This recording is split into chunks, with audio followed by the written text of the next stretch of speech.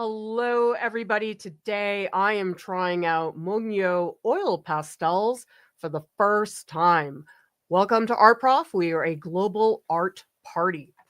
These are the oil pastels that I'm going to be using.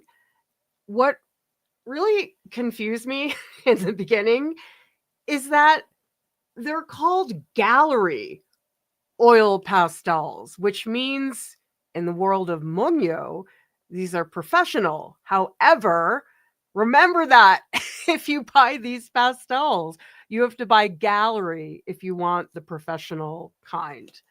Let's take a look at what these are like. This is a 72 set, and thank you so much to Anna for providing these supplies.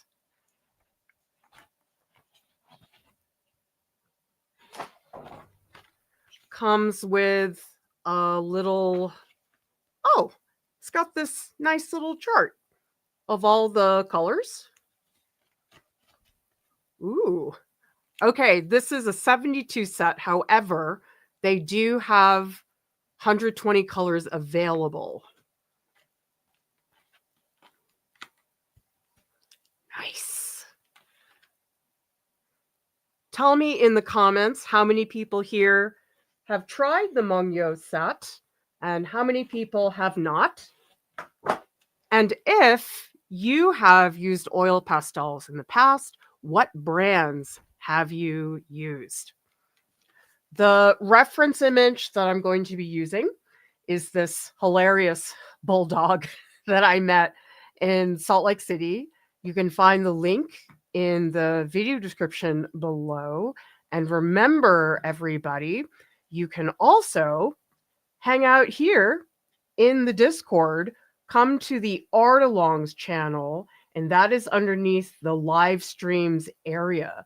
You can see this is the paper that I'm using today. Never used this either. It's Me Tient Canson Touch, and it has a clay-like surface to it. And again, here's the link to the reference image if you guys want that. And I would love it for you to share what you make during the stream in the Art Alongs channel, and I will give you a shout out here on the stream.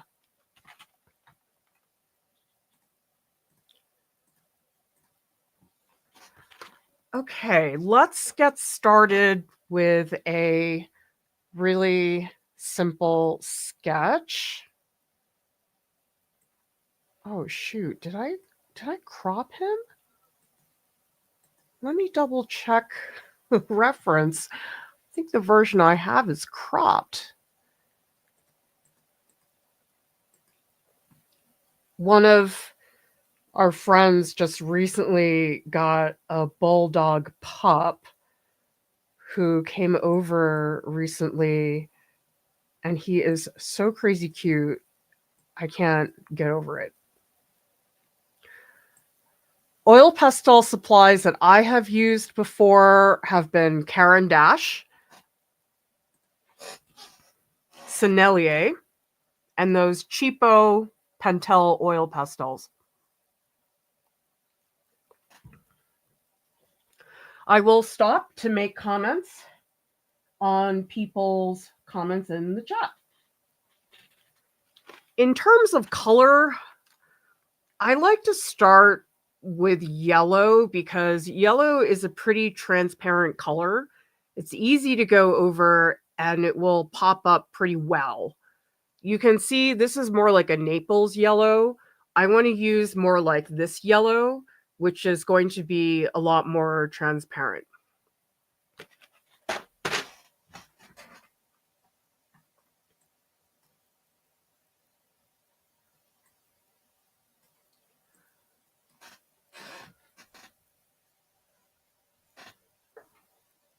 Let's get the, this surface is, it's very clay-like. If I put my finger here, I can feel the raised area of the brown.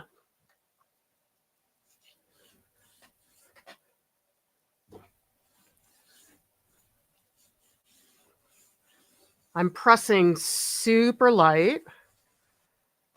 And already at this stage, I can tell drawing him too small.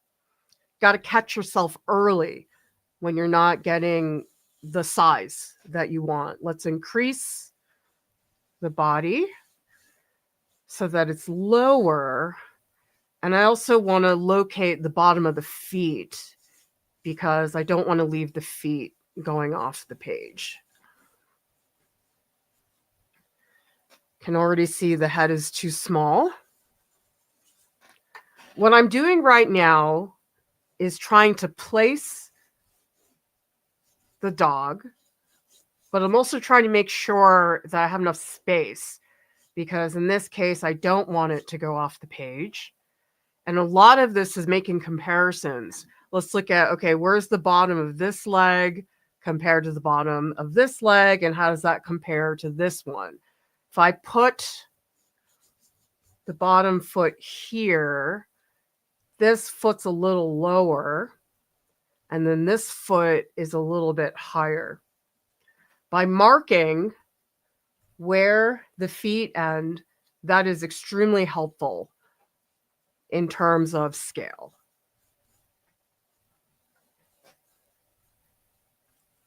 Has anybody used this paper before? I was trying to find it on Amazon so we could put in the affiliate link, but it wasn't on Amazon. The only thing I found on Amazon was Canson makes a paper. It's called Velvet. And I wasn't sure if they had changed the name or something, or maybe that's an entirely different thing.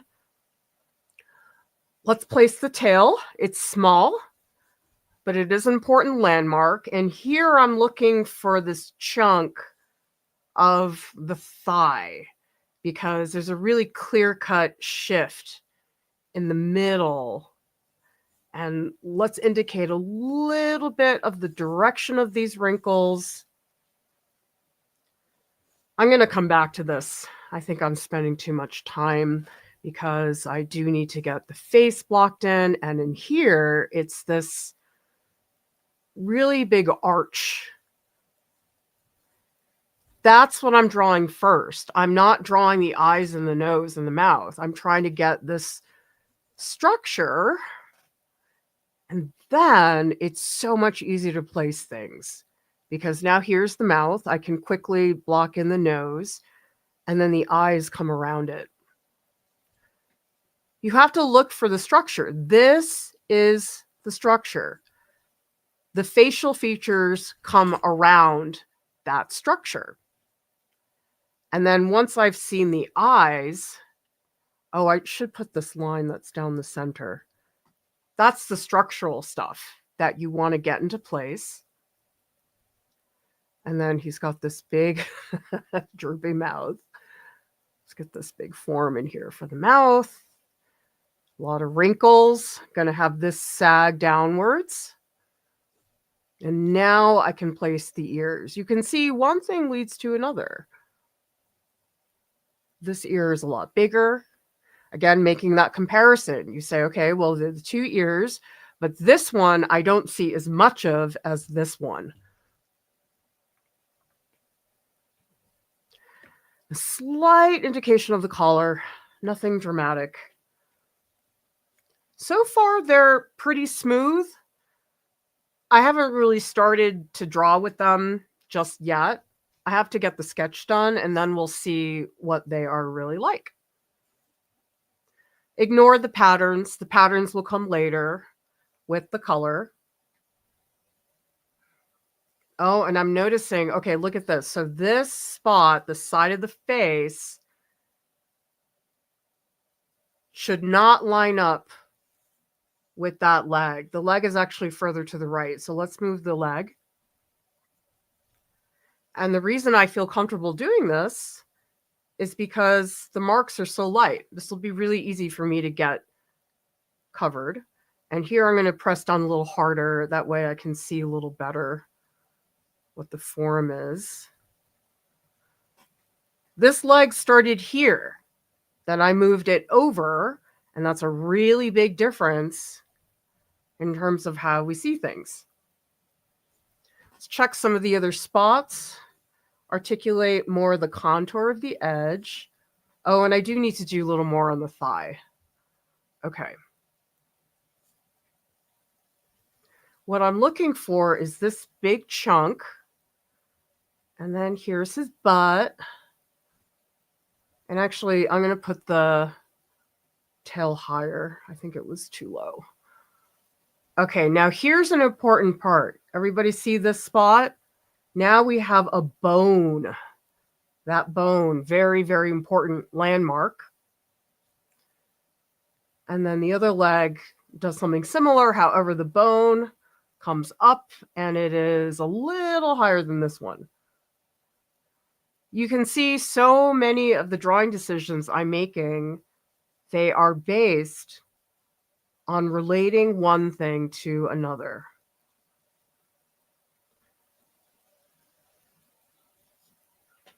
So you're looking for, okay, where's this bone? Where's this bone in relation? Maybe I'll do a little more articulation on the feet, especially these ones over here. I just want to get in some of the slits of the paws. Here's another bone. It's a tiny bone, but it's an important one. This one too, you can barely see the bone, but it's right there. Dogs have pretty pronounced bones. You want to really show them. Maybe a little more articulation on the face, and then I will stop and take a look at some comments. Shape of the nose, we can get a little more specific about. I got to nail the location of the mouth. We need more droop. I don't think I did that enough. And also a couple strokes in here to show that direction. Oh, and I didn't put in the eyebrows. Bulldogs are so expressive. They make me laugh so hard. Does anybody have a bulldog?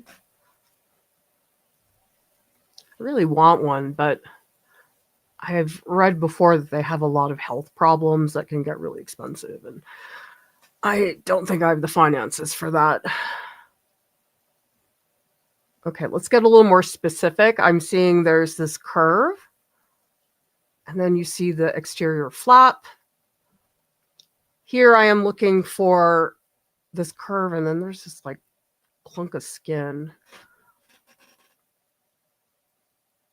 Okay, let me step back and make sure I'm good with the sizing. I feel like this might be too low. Let's bring that up a little bit.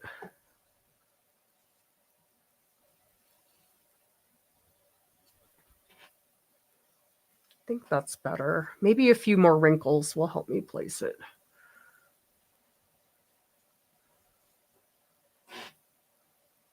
Yeah. The belly was here at first, but then you can see I moved it up there. Okay, that's a pretty good start. I'm going to take some photos so you guys can take a look in the Discord, and then we will see how we are doing in the Discord as well.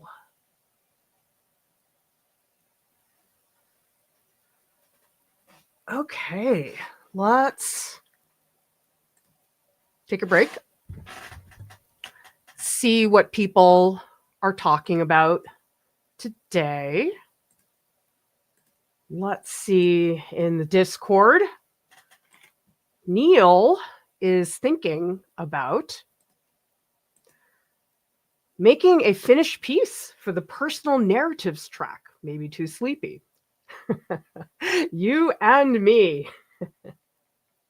Butter is going to draw a plastic party rat. That is a great subject. And by the way, if people don't know what we're talking about in terms of the tracks, this is the Art Prof Tracks channel, and the tracks are on our website. They are a series of video lessons and prompts that you can do at your own pace. And you can see we have many tracks here based on topics. So the one that Neil is talking about is the personal narratives track. And you can see in the track, it's a series of 6 lessons that you can go through. And if you click on each link, you will see that every lesson provides a prompt. We have examples. We have step-by-step instructions. We talk about various things that are important to consider, fundamentals. Take a look. They're really fun. And also, people are doing really cool things in the Discord. For example, we have, this is Dana, who did cucumber monsters for an alien landscape. This is part of our landscapes track. And this is so whimsical. I love the transparency. We also have up here Neil, who has been stuck in linear perspective hell. But you did a great job, Neil.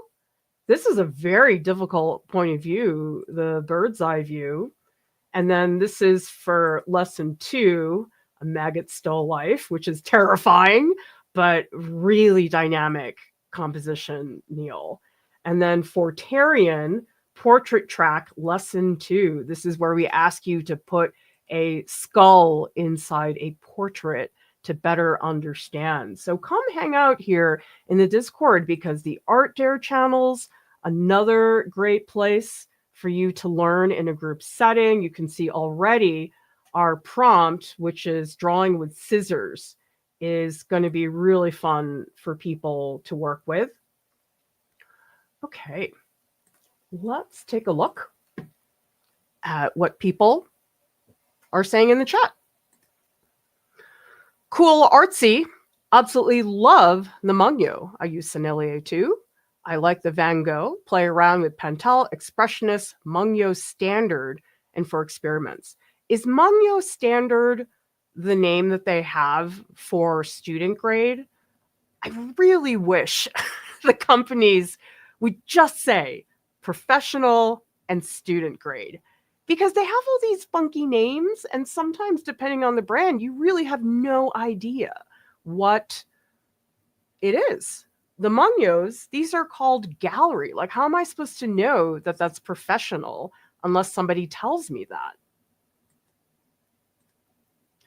Zen Corey ordered a small set of Sennelier, arrived in the mail. Lurking today, have not made art since I was an undergraduate. Well, you are very close, because you got those art supplies and now you have to use them. Butter says, I can hardly articulate how much doing a track has helped me grow. Yes, Butter just finished one of our tracks, and so we'll be sharing Butter's work in a little bit on Instagram and a couple other places. And by the way, everybody, if you have a question for me, please write question in caps. That will make it a lot easier for me to find your question. And if I skip your question for any reason, just repost. Neil says, how do people with full-time jobs join artist residencies? I'm thinking of applying to one, but I don't want to quit my job. I think you have to make time off to do it. To be honest, I don't know how people do residencies, because most of them are a month or more, 3 months, 6 months. I'm like, who are these people? You can just take off 6 months and go make art. I have to imagine you have to be okay financially to be able to do that. And I find that really frustrating, because I really can't be away from home more than 2 weeks because of my kids. I really feel like the residencies are formulated for people who have money, who can afford to take that time off, and who don't have kids. It's frustrating. I've looked at so many residencies, and there's like 2 where they give you space for your family to come with you. I would love to do that, but most of them, they just put up the artist. And I find that very frustrating. It's such a specific pool of people who can do residencies, and the rest of us just get shut out. Lisa's asking, Which ones are the Caran d'Ache oil pastels? There's Neo Pastel 1 and 2. I think what you're talking about is Neo Color. Neo Color 1, I'll put this into the chat, Lisa. Neo Color 1 Caran d'Ache is not water soluble. These are crayons, not oil pastels. Neo Color 2 is water soluble. I know it's confusing. There's so much terminology. It's very hard for people to remember. I think I have my Caran d'Ache pastels. Give me 1 minute, because guess what? It's right here. While I'm doing that, you can think about signing up to get an early bird discount for our upcoming color guide.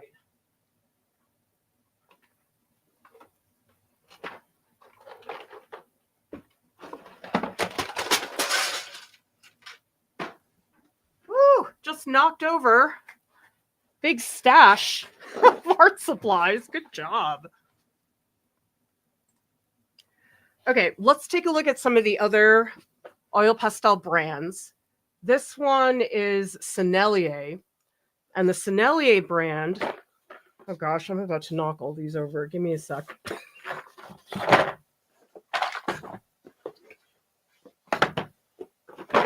Please? Oh, okay, here they are.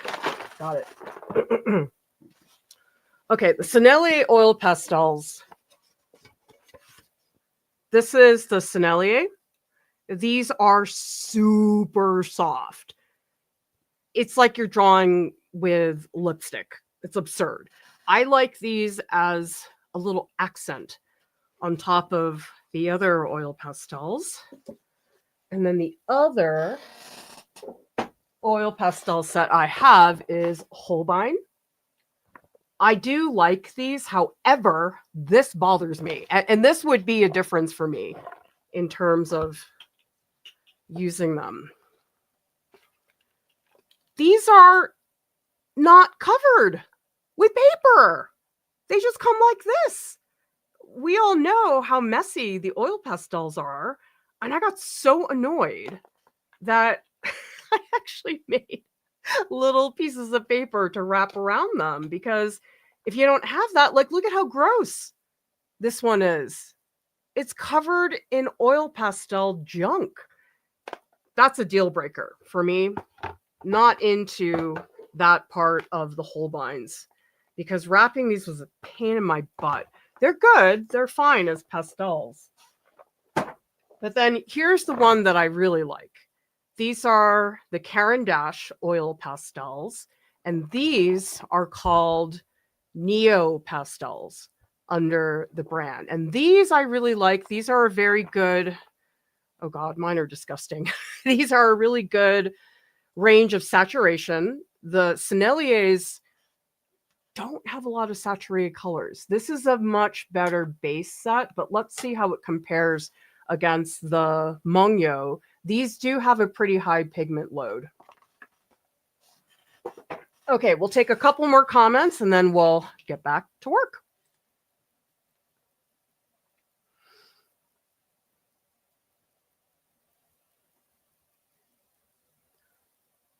Yeah, see, Shorty Angel says, I bought the student grade by mistake. It's like, just tell us, professional or student. That's it. We don't need these fancy words to distinguish things. It's confusing enough.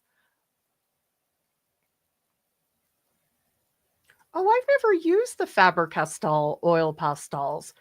I'd love to hear, Katz, how you like those.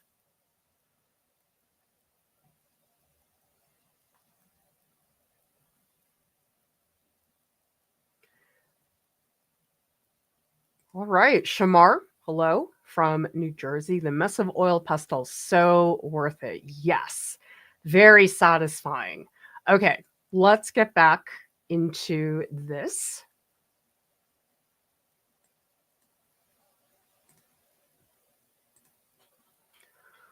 Oh, I need to post the photos into the Discord. course, now where's my phone? Here it is. Okay, let's just hang on a sec. I have to reply to this.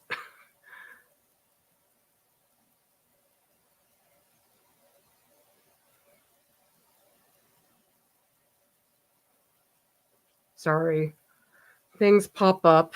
Okay, so let's take the image. I'm going to darken it a little bit.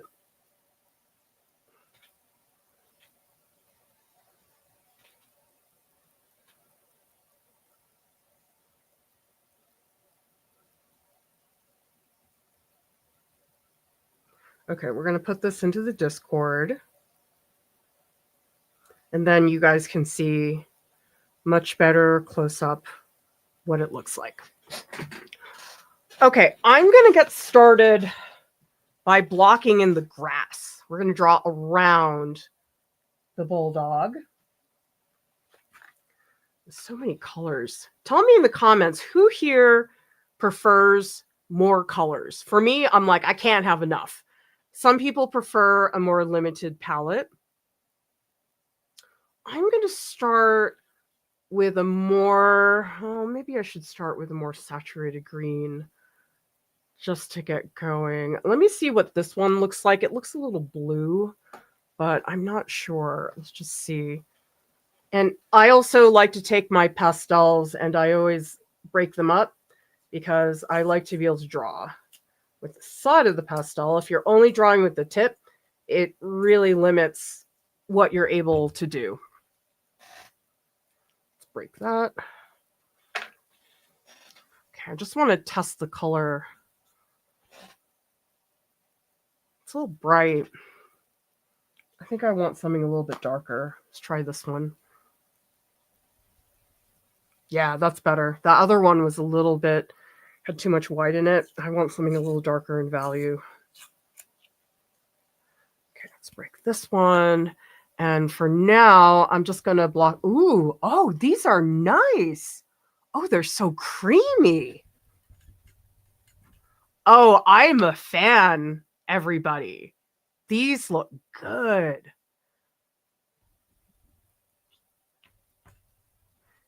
And even here, I'm going to think about the direction of the strokes. I'm going to put them going, well, it's sort of short as grass, but I do want to put in some indication of the direction of the grass, even though I'm just putting in this beginning. And then back here, I'm going to make it more simple. Back here, we're not going to show as much of that. Oh, they have a really nice glide, everybody. I like, oh, these are nice. They're creamier than the Caran d'Ache. The Caran d'Ache, I think, those are not as smooth. I'm a fan, everybody. Yeah, they glide way more than the other brands, for sure. But they're also not crazy soft the way that the Senneliers are. Oh, I like these. They're also cheaper, I believe. Maybe if somebody wants to look that up. But I do think that they are a better price compared to some of the other ones. The Senneliers were expensive. Those were not cheap. I think with the Sennelier, what I'd rather do is just buy a couple sticks at a time. I don't really think I would want to use the whole set. I mean, maybe I would. It's just they're not really my favorite. Okay, now we're getting in just big chunks because a big part of oil pastel is getting in all of the pigment so that way you can get more layering. Oh, I like this, everybody. I'm a fan. I'm really happy. It's like if we had 10% Sennelier and then we had 90% of the Caran d'Ache. And also, these are nice, bright colors. The Sennelier was so frustrating. It didn't have those colors. Okay, and let's get a darker green for the shadow area. This is, oh, it's called dark green. That's a very exciting name for color. Tell me in the comments, who here likes soft oil pastels, or maybe you like them a little stiffer? I thought I was going to like how soft the Sennelier, but it was like too much. It was not so exciting to work with. These layer really well. Oh, I'm a fan, everybody. This is so exciting. I love it when I try new material and I really like it. Oh, that's so fun. Okay, I think I'm going to get, let's try this lighter green. I just want to have a couple strokes that show more the direction of things. I'm just going to put, oh, whoa, that's really bright. I don't think I wanted that bright. Let's try something that's a little darker. Maybe a neutral green would be better. Let me try this one. This one is lighter, but it's also a touch more muted. I think this one might be better. Let's try that. Okay, so here I'm adding a couple spots. So I showed the texture and direction. I'm not going to put it everywhere. It's going to just be in a couple spots. And it's just a reminder to me about the movement in the marks down here.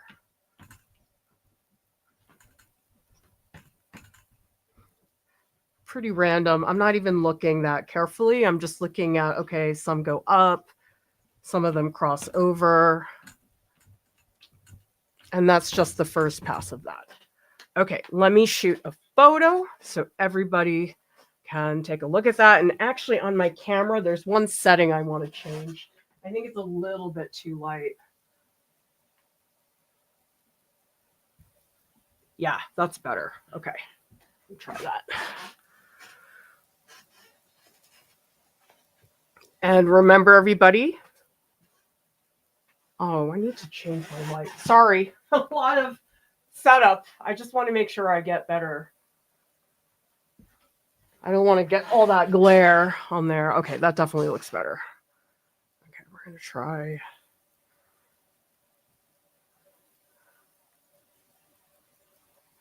Again, some close-ups. For those of you in the Discord, how many people here are in the Discord? No pressure, but we do have a really good time in there. And it is free to join. Link is in the description below. I'm in there every day, making comments, helping people, giving them support.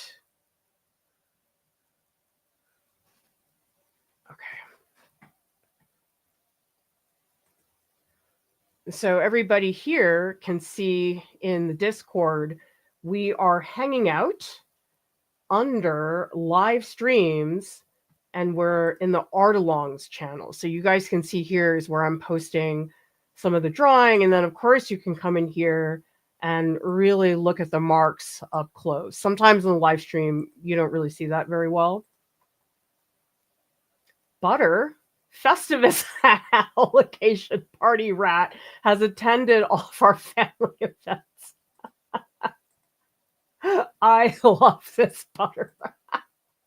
Who knew? Hello, June. 1:40 a.m. Wow, that is very early. Okay.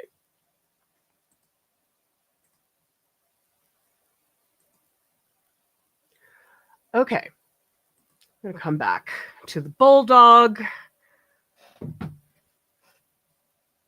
I would like to block in the white.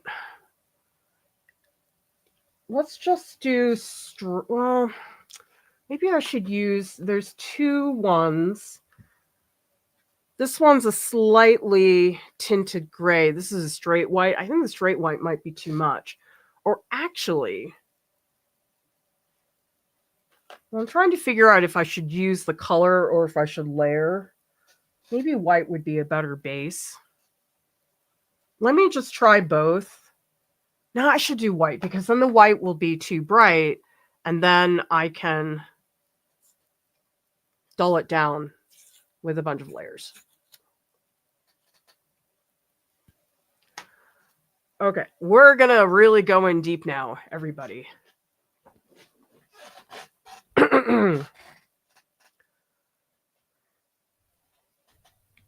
First thing, we're just gonna block in big chunks. And you can see the strokes, they're going in the direction that the fur is going in. So I see a big blob coming down here.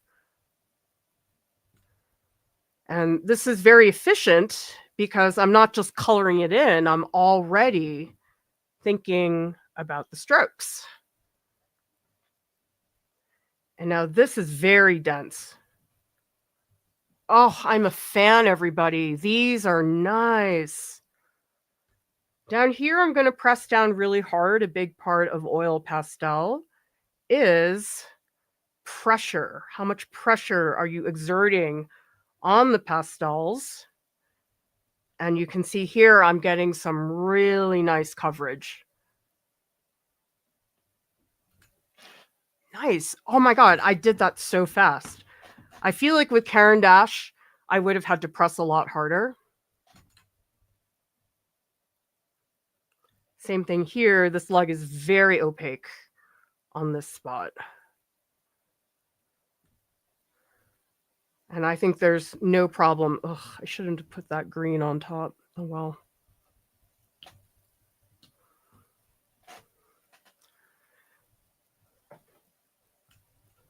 These definitely are faster. I feel like the Caran d'Ache, because they're harder, they definitely take more time. Oh, shoot. I'm getting all this green in here. That was dumb. I shouldn't have put all that green so close.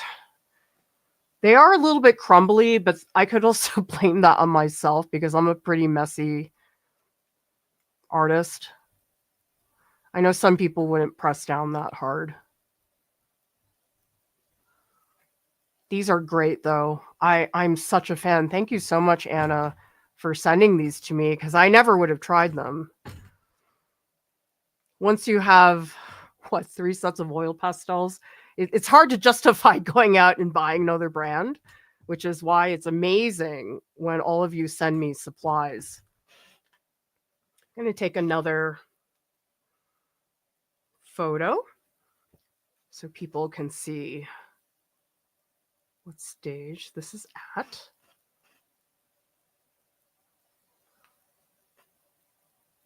And again, putting these into the Discord. Hope it helps all of you to see the progress shots. I feel like that's where I learn the most.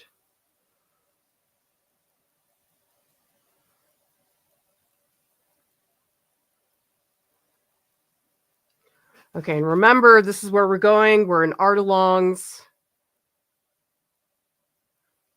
And those are uploading right there. Okay, of course, now my white is like covered in green. That was really dumb. Oh, well.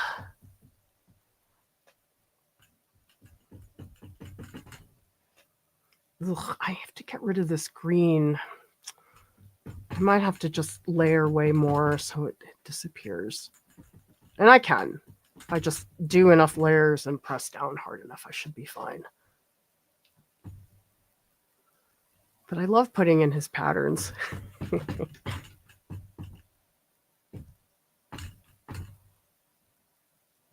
How many people here have never tried oil pastels? Because you know something, I didn't realize how much of the world likes oil pastels. I hadn't used them for years. Like the last time I'd used them was way back in high school was the last time. But then a lot of people were asking me about doing some demos. And I guess I just didn't realize people like them so much. Well, and I'm curious, how many people like soft pastel? Because I like soft pastel, but I don't like how fragile it is. That part of it bothers me quite a bit. because the only way to truly preserve your soft pastel work is to have it under glass, because even the fixative is not really sufficient. And if you go to the Metropolitan in New York, there's a room there which is only Degas soft pastels, but they're so fragile that when you go into the room, it's a very dark room. It's to protect the pastels. I'm gonna tweak a couple shapes before I move on. Get this. Oh, I think I put too much there. I might scrape away. Gotta find something to scrape with though. Sometimes that is handy, or sometimes you just go over things. Okay, let's do some of this like yellow ochre color.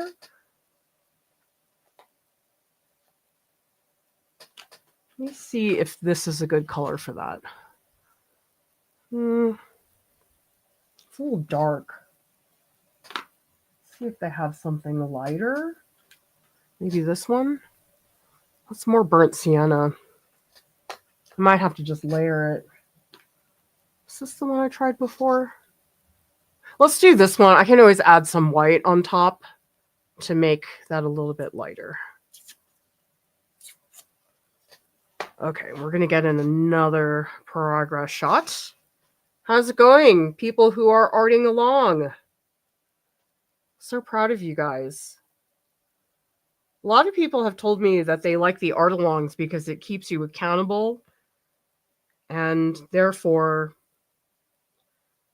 you have time that's like blocked in specifically. Tell me in the comments, how many people have a type of routine for drawing, or is it random? Like me, it oftentimes is very random. But I'm always curious about how people structure their time, because some people are very regimented, like Jordan. Oh my gosh, he showed me this incredible spreadsheet. I thought I was the queen of spreadsheets. Okay, even in here, I can see the direction of the fur is going this way. And then down here, the fur goes this way. Does everybody see how you look at the form, the roundness of it? You don't just color it in. If you just color it in, you're not seeing the form. So even at this early stage, I'm looking at the forms. And I'm looking how these strokes go down. And some of these go across. It's very important that the direction of your stroke matches the form itself. Like here, I'm going to put in a bunch of strokes and you can see they're going the same direction as the belly, which is very round. And he's got really clear-cut wrinkles, so that definitely helps me a lot too. These are so nice. You can really draw fast. The Caran d'Ache, they're too stiff. You can't draw fast. Oh, I'm so happy, everybody. I feel like this is my new favorite oil pastel. Fantastic. And remember, everybody, if you want to send me art supplies, we do have an Amazon wish list that you can go to. Or if I have something that's not on the wish list, you can always just tell me what it is in the Discord or somewhere else, and we can add it to the wish list, because I've tried so many wonderful supplies because so many of you have been generous about sending me stuff. So thank you, everybody who has oh, that was so easy. Oh my gosh. I put this yellow over that white. It went right over it. Sometimes with the oil pastels, it picks up the white, but that was, oh, these are great for layering. Oh my gosh, you guys, I'm a fan. I'm so excited. It's like they have such similarities to the other.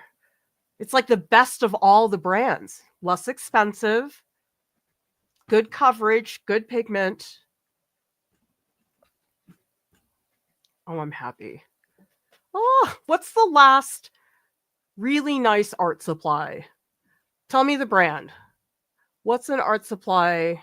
What's a brand that you just like can't get over? because I think this is it for oil pastels. Oh my God. That's why I'm so glad all of you helped me with this. I would never have known to buy this brand. Like, I'd never heard of this brand before.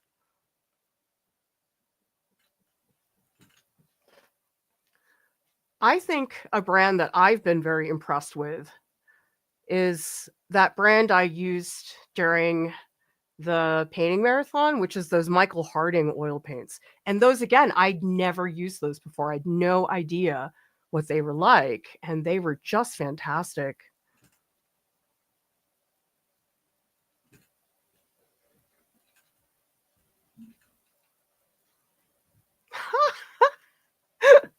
I'm going to put a little bit of blue. There's just a little touch of blue over here for his collar. And that's a very important color. That is not a color you want to save for later.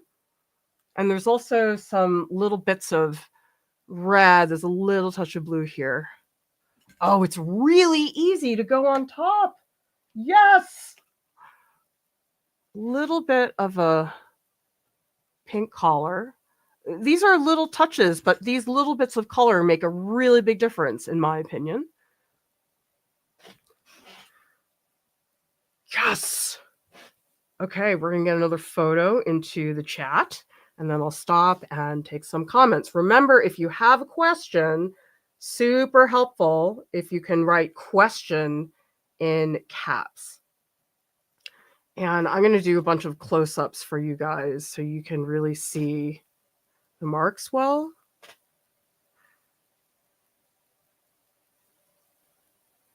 Just going to pop a lot of these into the Discord. I'm not going to bother fixing the photos, but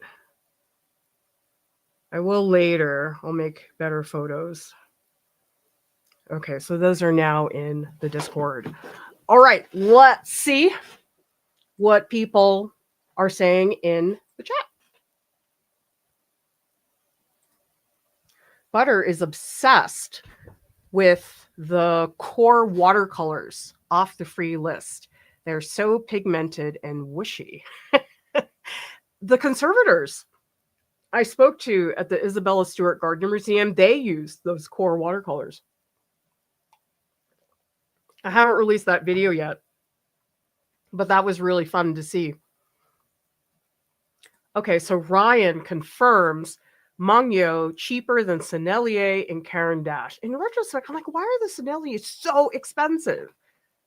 But the Senneliers, to me, that's a matter of if you like pistachios.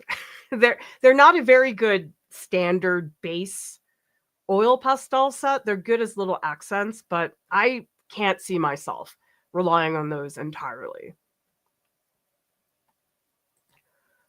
Grow Inside, investing in acrylic ink was a fabulous experience. Again, another material.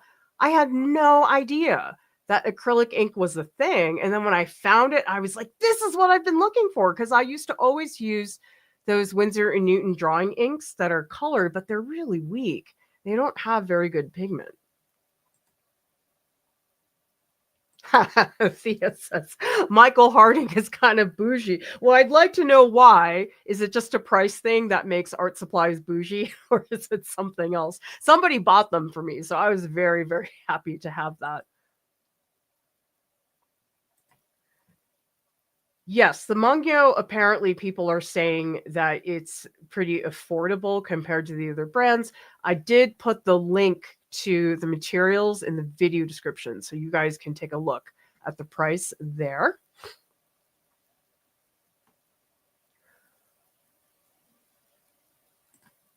Trisha says, I'd rather use oil pastel over oil paint. Oh, so fast. I just picked it up and started drawing. And there is a painterly aspect to oil pastels. I feel that they are pretty close to painting. Oil paint is so much work.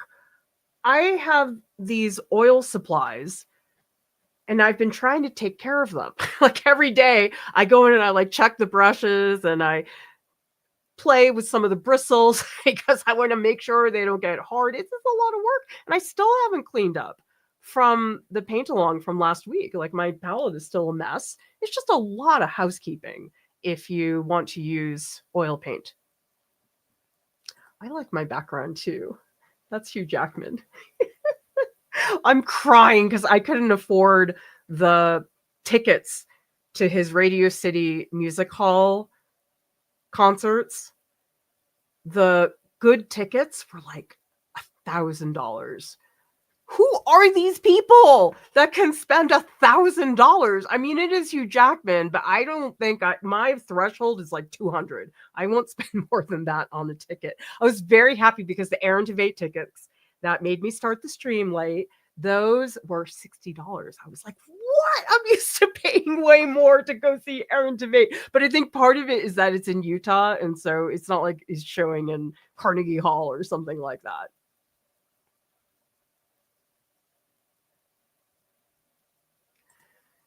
Shannon says, not fond of soft pastels, how dusty they are. However, I'm okay with pastel pencils. Yes, they are less dusty for sure. I don't really like, well, it could be the brand I have. I have Conte a Paris pastel pencils, and they're a little rough for my taste. Maybe there's another brand that's not like that, but that particular brand I don't really like so much. Red Live says oil pastel feels intimidating for me. I feel like you need to know oil painting to make it look good. You don't.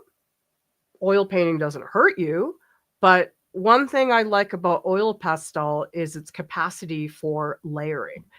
You guys can see right now what I have is just one layer. And you guys remember I had white here, and then I put the yellow ochre right on top. There's a lot more flexibility in oil pastel once you realize how important it is to have many, many layers. That's what happens is people oftentimes they stop too soon with an oil pastel drawing, or oftentimes I will look at an oil pastel piece somebody's working on and I'll realize the reason they're having problems or because they think it doesn't look good because they don't have enough layers. Most oil pastel drawings I look at have 1 or 2 layers. For me, it's more like 6 or 7. It's a lot.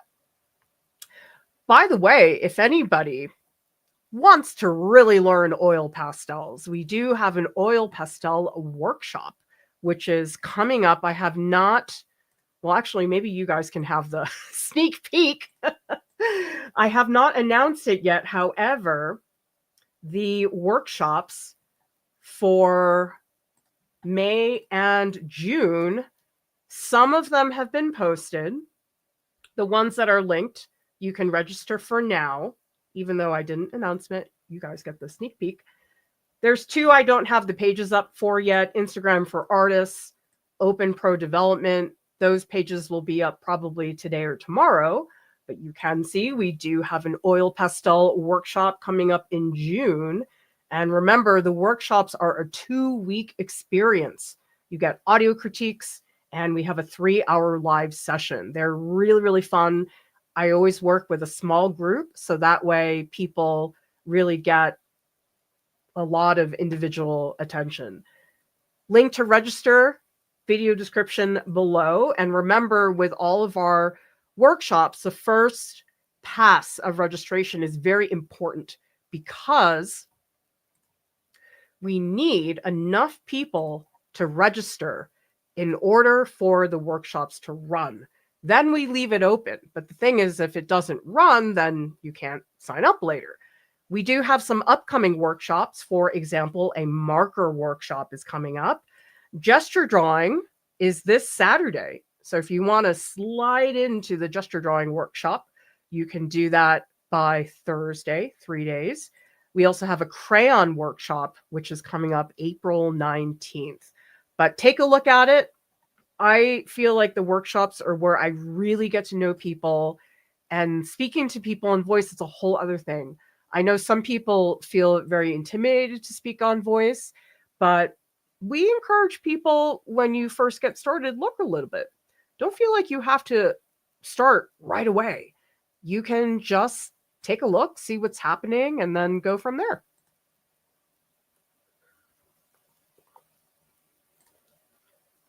Wood says Karen Dash for almost everything. except gouache and gallo for watercolor. What is gallo? Never heard of that before. There's a bunch of watercolor brands I've never used. Mia has used American Journey. Has anybody heard of that brand? Maybe we need a watercolor marathon. The only watercolors I've used, Old Holland, those weren't that great. Winsor Newton, those are okay. But Daniel Smith is where it's at. We do have a luxury versus cheap watercolor video that is coming up with me and Mia. And it's very funny. It's not what I expected with the not so great watercolors. I thought I was going to know. I was like, oh, I know how this is going to turn out, but I totally did not.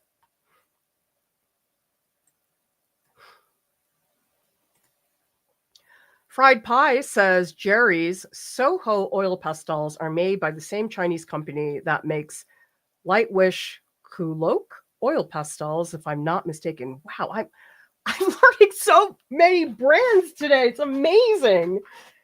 When I was in art school, I couldn't afford to buy all these different supplies because it's expensive, but all of you have done an amazing job helping me get these supplies. So that way I can try them and you don't have to buy everything. Hopefully that's helpful for you guys because it is so hard to get good advice about supplies. Okay, Gallo. Gallo is a handmade Italian watercolor company. Jackson sells. Yes, Jackson's has a fantastic site. I was looking for Silver Point supplies and they had a wonderful section with articles and videos. They do a really great job talking about supplies.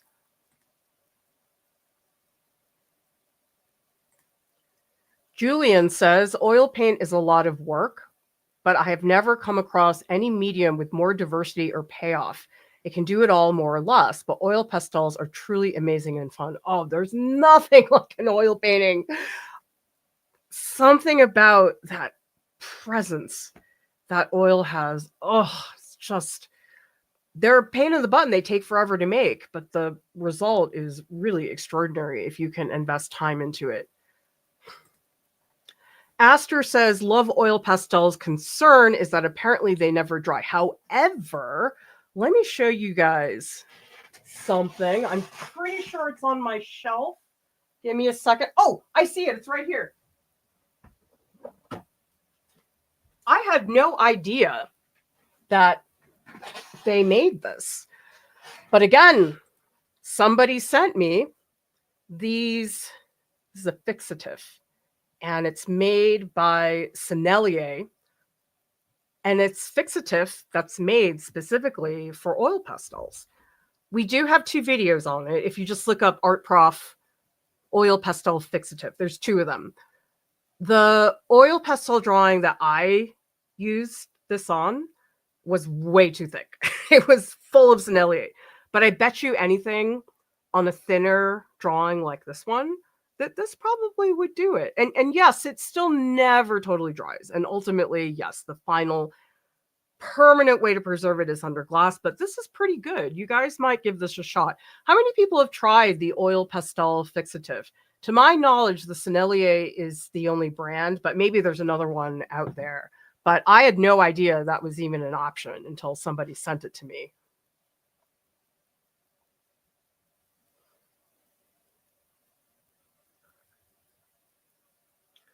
Well, it looks like we're going to have to try at some point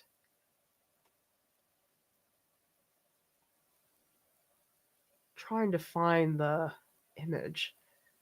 Comment.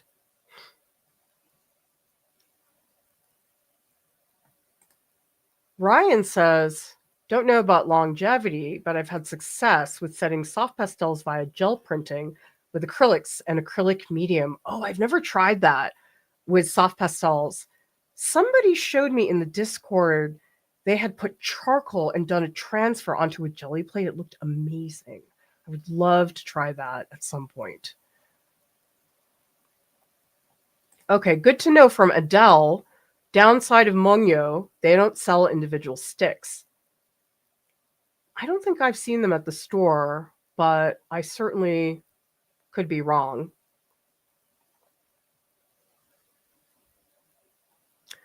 Well, I'm so glad you're liking it, Alexandria, because you know what?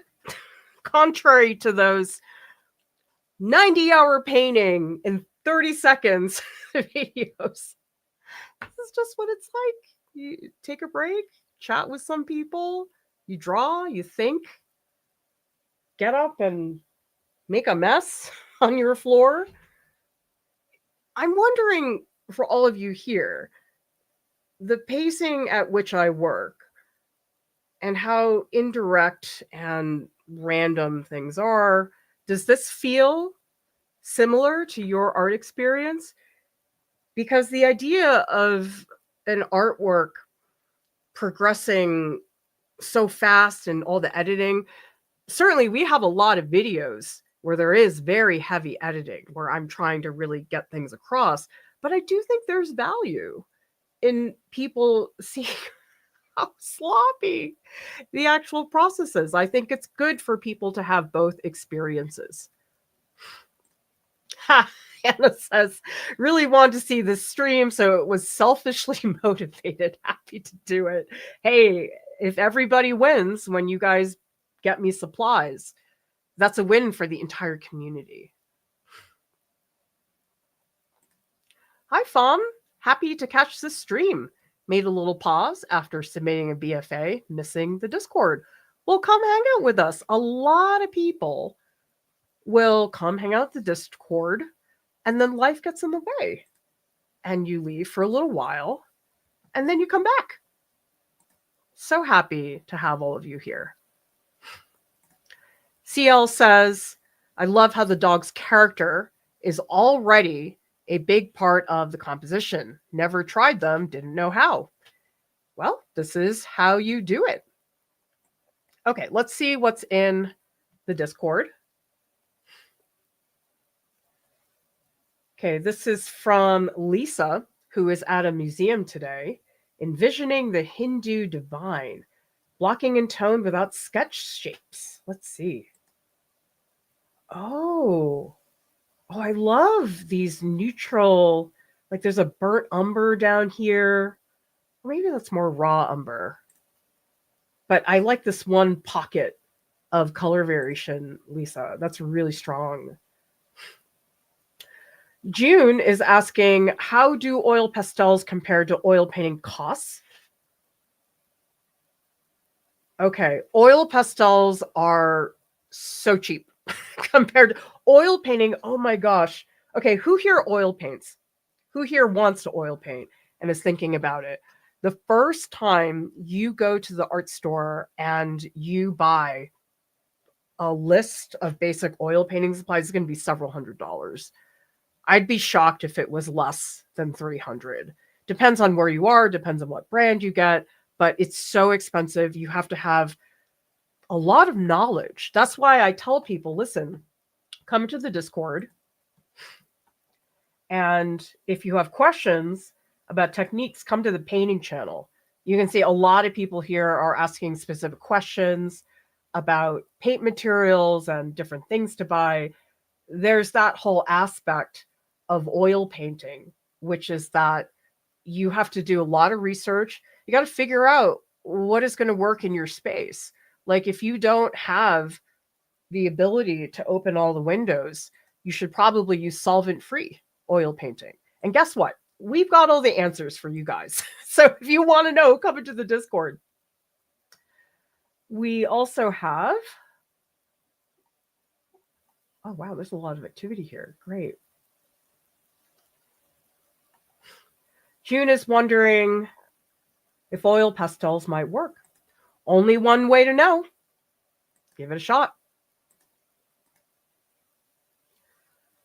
Baby says, Great Aunt Betty owned these before she had dementia. She had huge pallets of art supplies. Whoa! Oh, I love seeing antique art supplies.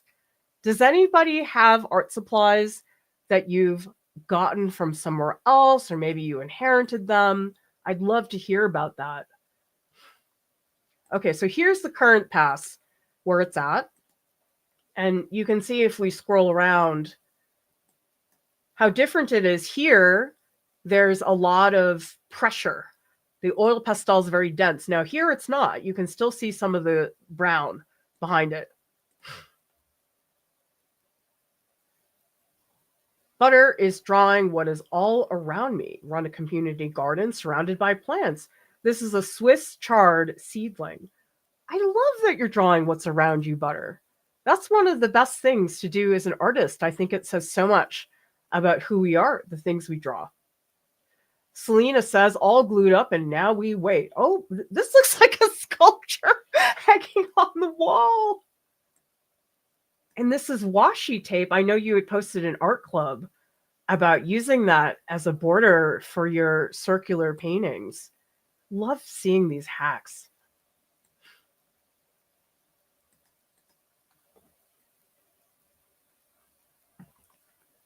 Okay, let's get back into it.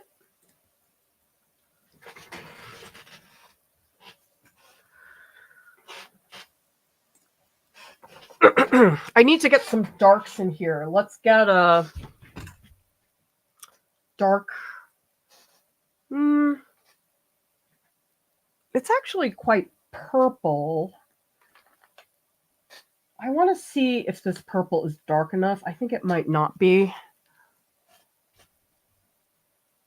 Yeah, that's not that dark. Maybe I'll use this. Maybe I'll use like a dark blue, like an ultramarine. Oh, here's a good one. Okay, this color is Prussian blue. Knew it. That's very gray though. But the other, oh wait, here's another blue. Okay, so we have Prussian blue, and this one is sapphire blue. Let me see how that looks. That's it. Oh, I like you, sapphire blue. Let's give you a shot. Okay. I'm going to actually keep the paper on right now.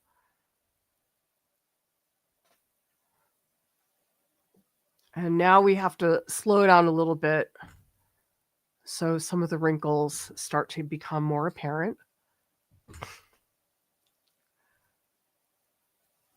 Because he has some really specific wrinkles. I'm still going to keep it pretty simple, though. Don't want to get into the details too soon.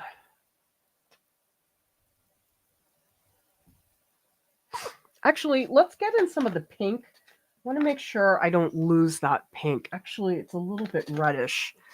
This is cadmium red. That is so not cadmium red, you guys.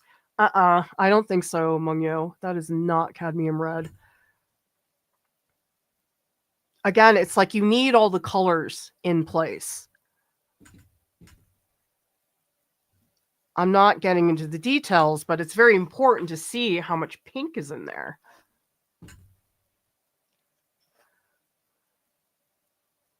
And let's get some light pink. Because I think this area, well, that's more like peach. Maybe I need more white. I think I need more white. Yeah, that's better.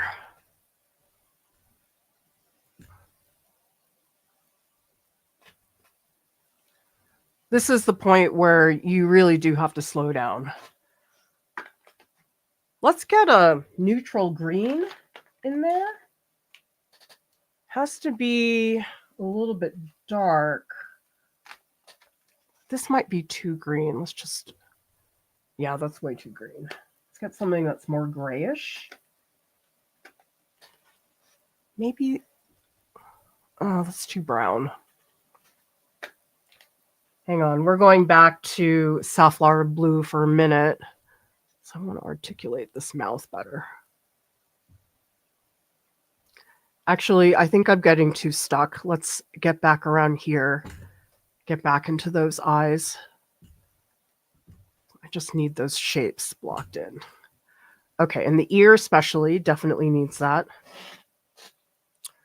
I might put in some dark red, but I think what's very important when you're blocking in colors is to add a color and make sure you're putting it in more than one space. Because if I take this blue and I only put it here, it's going to look weird. So even if there are other spots that aren't really blue, I still put it in there, like over here. And then here I'll add a little touch of it.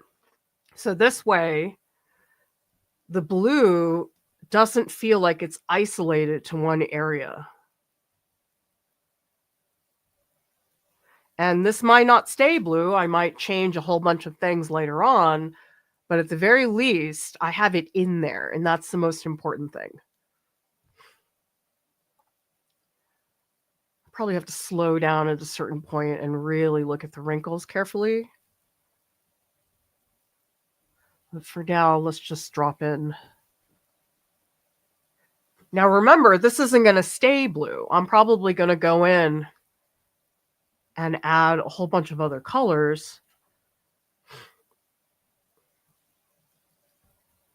And that's the thing with oil pastel is I find it easier to add colors that feel like they're too much and then go back and layer on top, because I don't want this to stay blue in all these spots. It could be a couple spots, but not everywhere. Now you see me distributing the blue in every single spot throughout the composition. That's pretty important.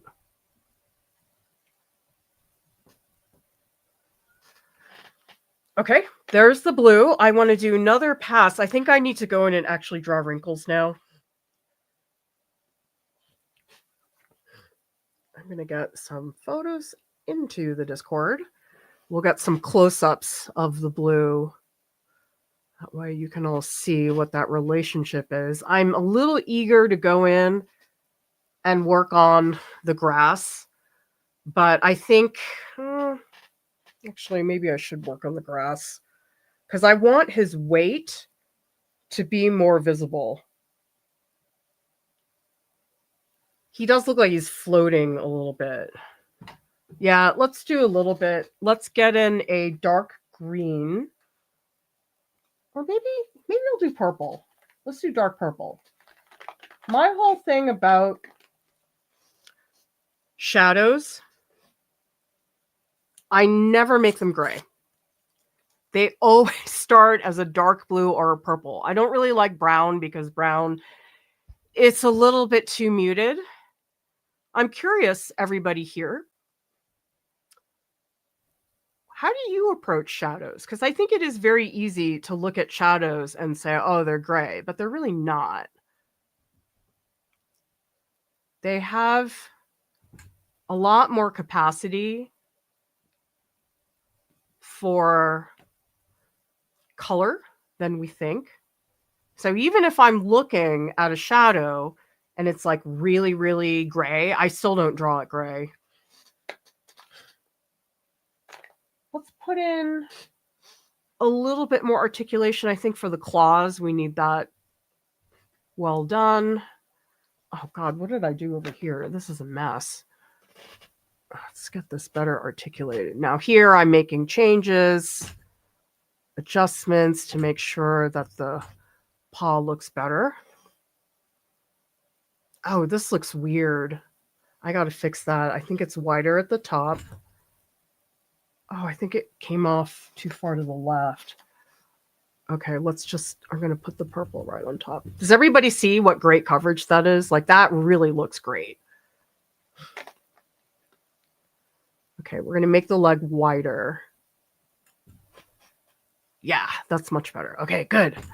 Glad I made that fix.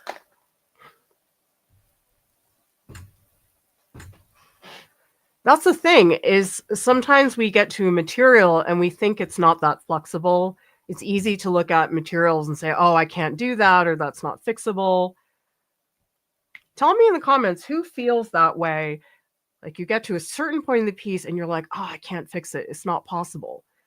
The answer is, in most cases, you really can fix it. It's just you have to know how to fix it. And sometimes that's not obvious, but that's where I tell people, listen, you got to get feedback. You're not going to figure that out by yourself. It's too difficult.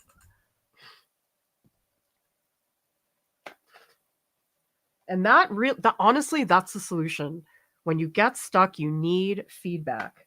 And that's where we have options for feedback in our Discord. For example, we have the public channels as a free, and you can get feedback from the community there. But you do have to post 3 substantial critique comments. That's the one thing that's very important for people to know, because it is a two-way street. If you want to get lots of critiques, you have to give critiques to other people. That's how it works. The exception to that is if you join Art Club.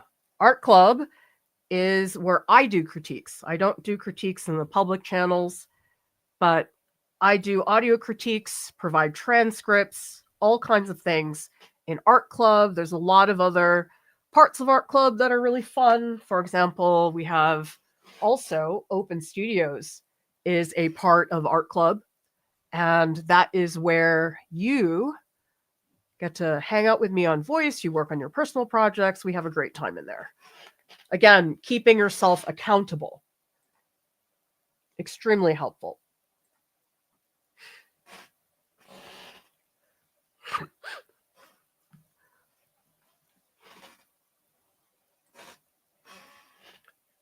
Okay. I think I have to tackle the wrinkles. Let's see. Let's use purple. I think there's already a lot of blue in here. Okay, now here I really got to slow down. I have to like really observe carefully. So does everybody notice the pacing, how that changes? In the beginning, I was working pretty fast, and now I'm not anymore.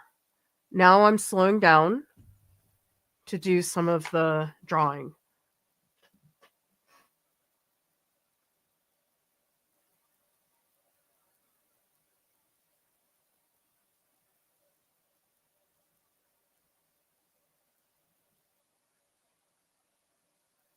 Okay.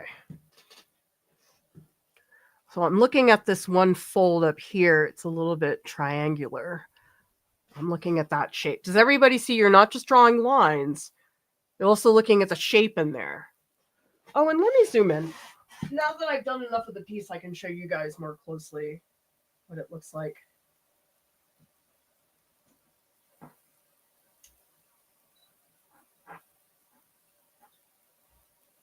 Just change the focus.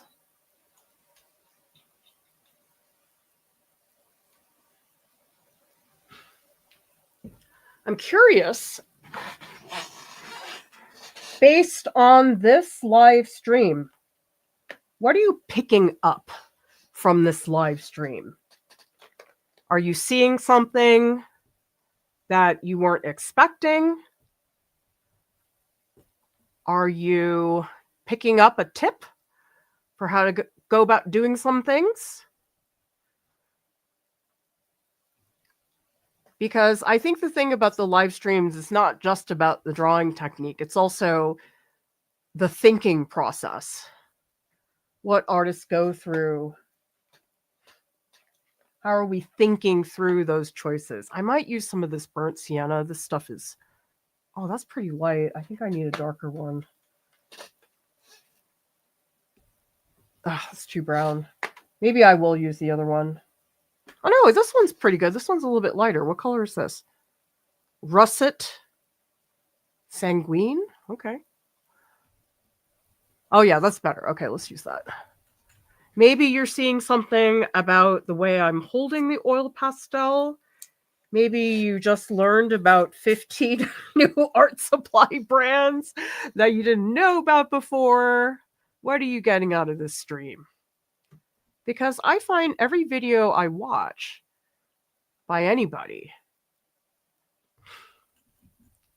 everybody has a different takeaway.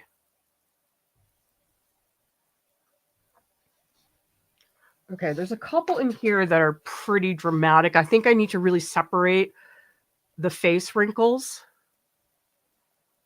because there are these two here that are very pronounced. And then there's this like one really big one that comes down. And the one that really pops is this one here. And I'll get that better articulated in a minute. I'm just getting a little lost. So many lines. Trying to make sure I am following everything properly. And that's again, that's slowing down. I was talking to somebody in art club yesterday. They were working on linear perspective. Oh, that's not bright enough. I'll try this peachy color. Oh, that's also not bright enough. Maybe I'll use this. This is like a Naples yellow. Pale yellow. Okay, let's give this a shot. This person was working on some linear perspective sketches, and they said to me that they felt that they should have been drawing faster. Linear perspective, even when it's a quick sketch, I just think is slower for me. I can't, well, part of it is I'm not as good at it as I am when it comes to, say, figure drawing. I feel a lot more in my element when I have figure drawing. That alone is enough to slow down the process for me when it comes to linear perspective. But I think they were a little frustrated. They said to me, well, shouldn't I be drawing faster? I was like, no, actually, you shouldn't. Do people ever feel that way, that you have a pressure that you should be drawing faster or slower? Or, because there really is no should. There are advantages to trying out different ways of drawing, and I do encourage people to do that. Like if you always draw super, super slow, it could be really fun to say, okay, I'm just going to pump up my pacing just to see what happens. That can be fun. But if you're rushing so much that it's interfering with your drawing process or it's too distracting, that's not good. But I will say there is something to be said about drawing more efficiently. I think that's more what it is. I don't think it's so much that there's a particular pace that's better. I think it's just learning how to adjust your workflow so that way you aren't spending a lot of time on something that is not necessary. Now, in order to know what that is, it definitely takes feedback and some support to figure it out, because it's very different for every person. You can see what I'm doing in a couple spots now is I'm using the green to fix the contour of the dog, because those are all places that it needs space. I think I got to get in here. I think that area needs a lot of work. We're just going to use some brown. Like this spot should be quite dark going up.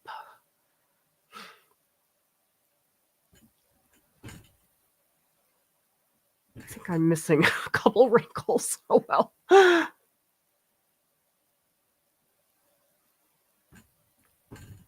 Some muscular stuff going on in here. Oh, I need to add more here. I'm going to use this.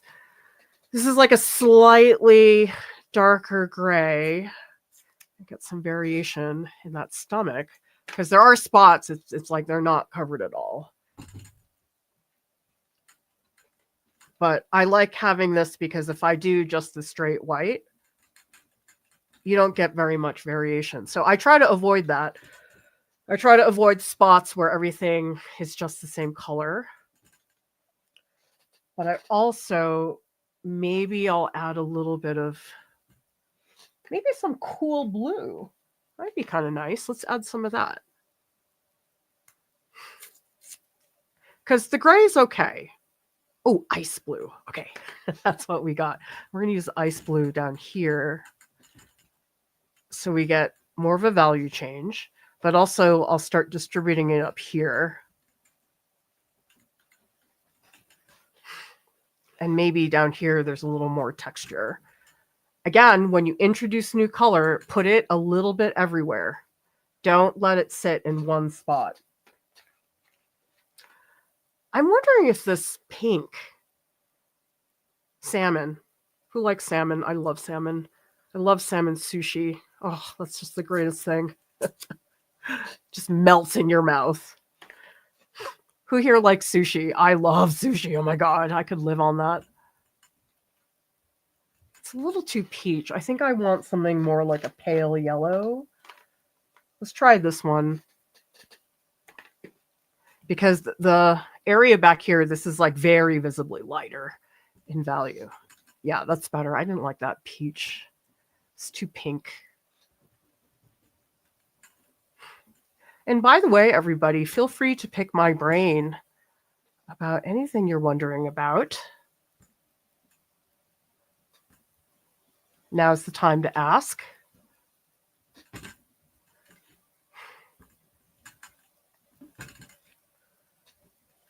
Because as much as we have amazing resources and you can watch a million videos, I just think it's so different when you can just ask somebody directly. Like, it's so fast to ask somebody. Have you guys found that? Like, I find sometimes when I'm looking for an answer online, it just takes so long to find the thing. When I was trying to figure out how to do solvent-free oil painting, oh my gosh, there's so much. It's very difficult to try to figure out, well, what is correct? Because I get a lot of articles or videos and people would like half explain things. I'm like, yeah, you talked about that, but what about this? Like, I always left every video with 18 more questions. Granted, I know probably more than anybody how much work it is to be able to answer all those questions, but that's where it was so much faster to just ask somebody in the Discord. It was great. People gave me answers so fast. I didn't have to look a million places. I really like that aspect. So I can tell you guys, I like the Discord for my own selfish reasons. It helps me to have all those people in there who are willing to help. When you have a community that's from all over the world, people with so many different experiences, you can't help but have a lot of expertise in that one spot. So I am grateful to have access to all those people for selfish reasons. Okay, I just want to get in here more highlights. Okay, let me take a photo, then we'll take a break. Of course, now my phone is like covered in oil pastel. My pants too. Get some close-ups. You guys can really see the range of color. Like, to me, in terms of layers, this is probably only about a quarter of the way there. That's how much you have to layer. And that's where I think people don't realize the type of depth you need to get. Because so much of the time, the issue with oil pastel is people don't have enough pigment on the page. That usually is why that is the case. Okay, I want to take a look at the Discord. Oh, my mouse is gross. Yuck. Ew, look at that. Okay. All right, in the Discord. Okay, here's what I just posted. It's a little bit light, but you guys can see better here some of the texture. And then I also posted a bunch of close-ups. And hopefully this helps you guys see better what some of the texture is like. And you can see I do try really hard to show my strokes. All right, let's see what else people are doing in here. Neil is drawing directly in ink without an underdrawing, 100 frogs using fine liners. Oh, these are so fun, Neil. Oh, I love the way you did the feet. Those have a great sense of structure. Look at that. Nice work, Neil. This is from Lisa. This time I made a loose sketch, much more fluid. Oh, I really like this. This is what I was talking about in terms of following the form, everybody, that the strokes are going around like that. And also really nice range of value, Lisa. Oh, there's a whole convo happening in here. And again, no pressure. You can just come in here, just lurk. You don't have to talk to anybody until you feel comfortable. And we work very hard. We have an amazing mod team that works very hard to make sure that people feel safe and included. They do a lot of invisible work. All right, so this is Salinas. Ridiculously annoyed and pleased. I know that feeling. Sitting like a shrimp. I know the feeling. Sometimes it takes so long. Neil's doing some figure drawing. Yeah, if you're stressed, hopefully frogs are going to help you. Really nice articulation of the muscles, Neil. Uma says, what do you think about blending with a blending stump or oil solvent, or scraping off and applying more? Oh, sure. Both of those things are fantastic. Blending, you probably could use like a little bit of baby oil, but you don't want too much. If you put a lot of baby oil on, it's going to get super, super slippery. Put the tiniest amount. You'll find that it goes a long way. You can use any blender. I feel like the blending stumps might not be very good because they are absorbent. You probably want something. What would work well? Does anybody have tips for tools that are good for blending? I happen to like my finger the most, but I'm sure there are other things out there. Scraping away is great. Sometimes if you have an area it's getting too thick, you can't add more, you just scrape it out, add another layer. Usually that does work pretty well. I don't tend to do that a lot, but sometimes if there's a big chunk of a color that is really bothering me, I'll scrape it out and then draw on top.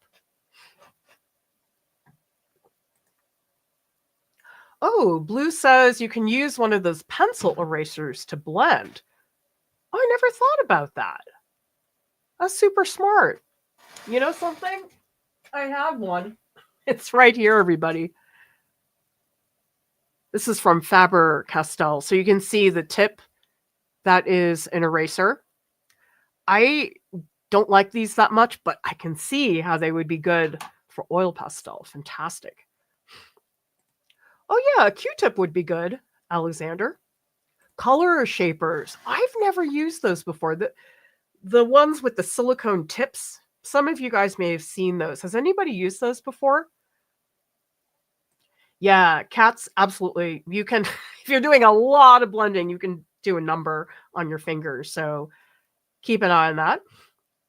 Well, I'm so glad, Anthony, that we have brought you over to the artist side, because the Discord has so much information. Anything you want to know about that's art related, just ask. People will pop in. And if you ask in the Discord and you don't get a response, just at moderator and one of us will jump in and help you. We work really hard to make sure people feel seen and included. Derwood says, so with oil pastels, think layers and light to dark. Yes. You don't have to go light to dark all the time. Sometimes I have, for example, in the bulldog, you guys can see in the bulldog, I did a pass of this yellow ochre, but then this lighter yellow, I put that right on top of the darker yellow ochre. So you don't always have to go light to dark, but in general, you wouldn't want to color the whole background green and then try to put the white on top. You could, but it'd be a big pain in the butt. Shamar says universal rules of anatomy that got that hind thigh to be defined like that. Yes. The main thing is bony landmarks. These are spots where the bone sticks out. You want to make that rigid, but you see this, the thigh is very soft and fleshy. Same thing with up here, but down here too, especially you can see in the joints in the feet. Galaxy's asking, how do you decide how many colors you will use in a work? Do you decide beforehand or is it more during the process? I get worried to muddy the values. Oh, I never decide. I do feel like minimum 3 layers, although it would be rare that I could get what I wanted in 3 layers. Muddying the values, you just have to push it to that point, because the thing is, if you spend a lot of time worrying, oh, but what if this happens, you're not going to bring the drawing to its fullest potential. And I would rather say in advance, okay, this is an oil pastel drawing. I'm going to wreck this one. I'm not even going to try to make something that looks good. And then you can say, well, it doesn't matter if it gets too muddy because I've already determined that this is a drawing I'm going to wreck. That's the thing is, I know there's oftentimes the fear that you're going to ruin something. Trust me, I have been there. But the thing is, if you let that dictate all of your creative decisions, you end up never really reaching its full potential. I feel that a lot of the times I'm always asking for more. People show me something, well, I want more layers, I want more colors, I want more of this. It's not common that I will look at someone's oil pastel drawing and say, oh yes, that's enough layers. I'm always telling people to add more layers. I'm always telling people to add more colors. Be the exception and show me an oil pastel drawing where I go, oh yeah, you have too many colors, although I can't imagine that would ever be the case. Give it a shot. I understand it's hard. You don't want to work on something for a really long time and feel like you ruined it. On the other hand, you have to be willing to push yourself in that direction. Tara says, salmon pink was my favorite Crayola crayon as a kid. Oh, locks. Oh my gosh. Every time I go to the New York airport in New Jersey, when I'm going to Manhattan, visiting New York City, there's an Essa bagel at the New York airport. And bagel with locks. Oh, I can't eat bagels in Utah. It just makes me sad. I'd rather like never eat them and wait till I'm in New York than to eat them here. Anthony says, definitely have a pressure to work faster because if I end up having to take a longer break, it's much harder to continue and I often just abandon it. How many sessions do you usually work on a piece, Anthony? Because I think it is sometimes hard to get used to the idea of working on a drawing for several sessions. I know a lot of people feel like they have to get it done in one session. I cannot do that. I need many, many sessions. For example, the drawing I'm doing right now, I've done about, an hour and 40 minutes?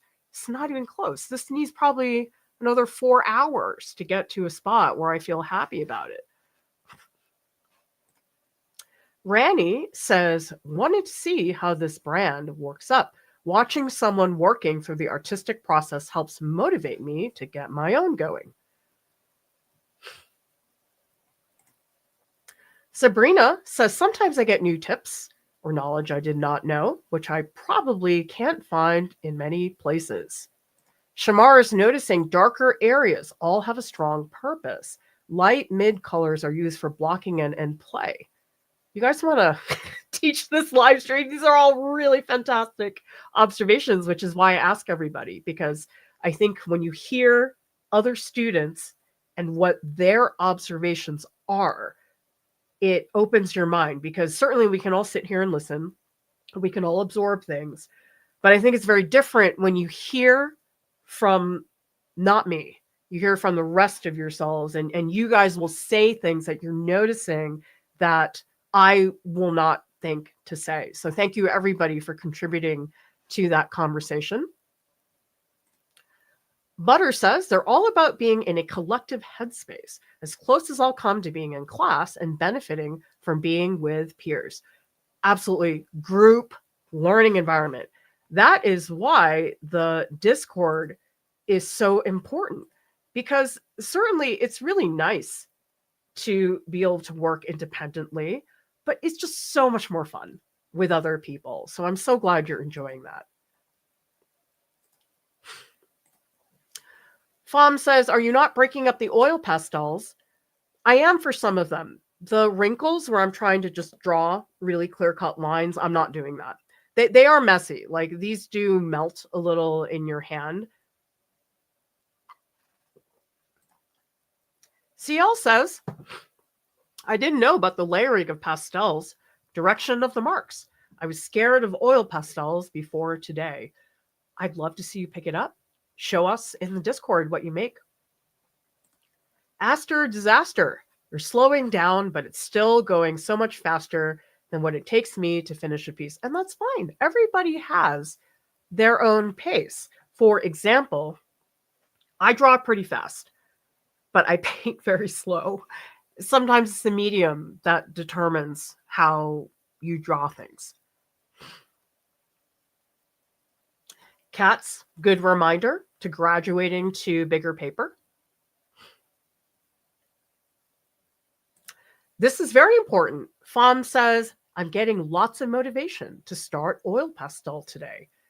That is just as critical as all that information other people are sharing. Oh, the mistakes, Rani. That's it. So much of art is knowing how to fix something. Sure, we can move along and work on things, but you will get to a point where you're like, oh man, I got to fix this. And I think the part that's empowering is when you feel that you can fix it.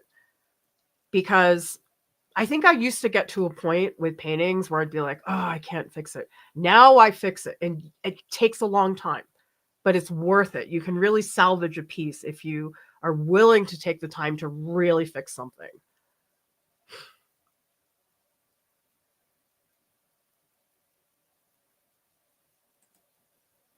Yeah, Fom, if you go to, it's under live streams. So does everybody see here on the left?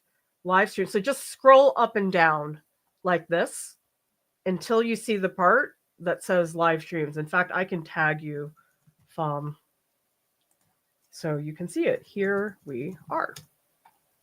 Okay, so you're tagged now. Hopefully you can find that.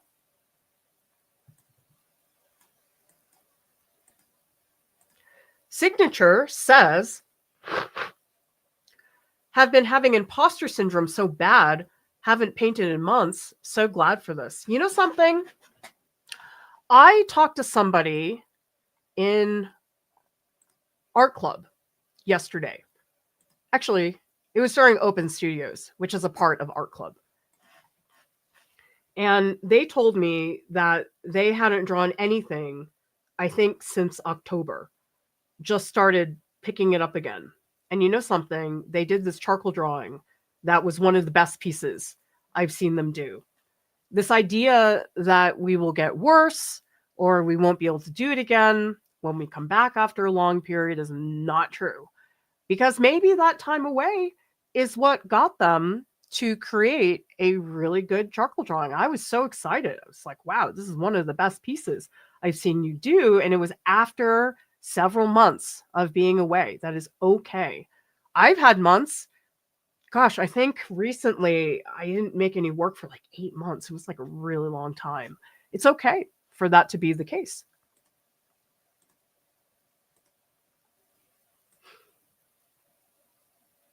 No, hamburger buns with a hole in the middle. That's not a bagel. No. Okay, so Anthony says, definitely tip towards pieces I can complete in a day or two. Getting better at sticking with it. Sticking with it, you guys, that is half the battle. How many people here get to a point where you're like, oh, I can't deal. I'm going to stop. I think that's everybody. The idea of sticking around when artwork gets tough, that is how you build your artistic stamina. And I think in the beginning, we don't have a lot of that. But once you start realizing, oh, wow, this piece did take 5 sessions to create, you realize the extent with which you can increase your stamina. It's like if you were running a 1-mile stretch and all of a sudden you can run a 5-mile stretch.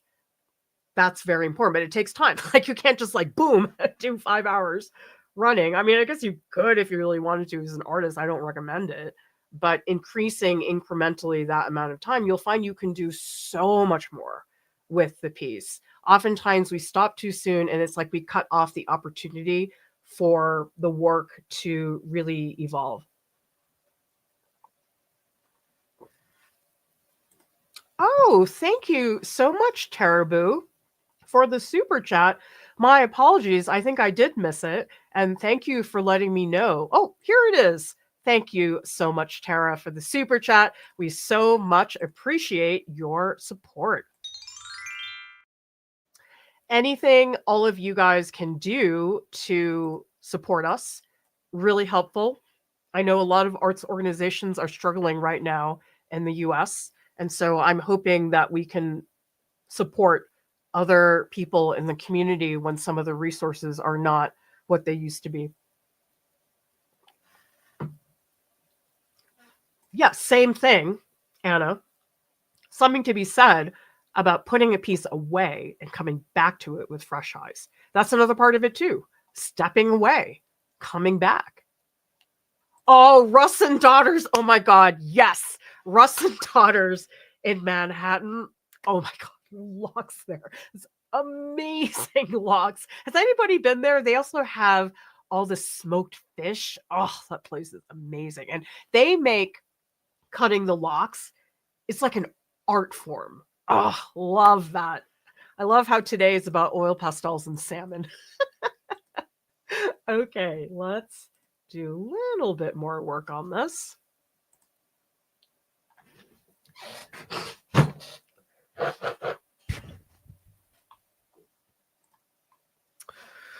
I'm going to take a step back and see what we need. I think more drawing in the face. Let's do some, maybe I'll do some purple up there. I think that would be good. Yeah. Now here I really have to slow down because I'm looking at very specific individual wrinkles. And I'm looking for this is like V shape in the middle. Gosh, it gets really, it looks like a little brain up here. It's so funny looking. And I think it helps to tell yourself, okay, am I blocking something in or am I drawing? This is blocking in. This is drawing, what I'm doing right now. Trimming some of these strokes. And I do want to get in, there's a couple spots I missed.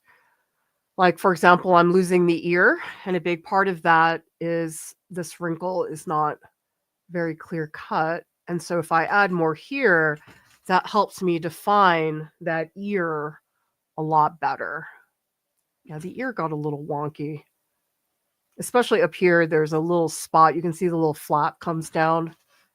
Now you can see that a lot better. And I'm also going to go in with the green to shave this off. I think the shape is not great there. Okay, now he feels like he has a much better form. Here's some lighting. So that's a highlight on that wrinkle. A highlight on this wrinkle too. So there is a bit of lighting in here that is consistent. And now I'm beefing up some of those strokes so we get more of that. I think I'm getting a little lost up here. Oh, there should be, okay, that wrinkle is not as apparent as it was before. Again, beefing up the highlights. Oh, and there's a wrinkle here I didn't get up here at the top.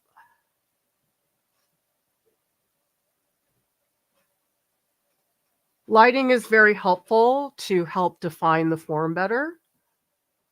Otherwise, things start to get very flat.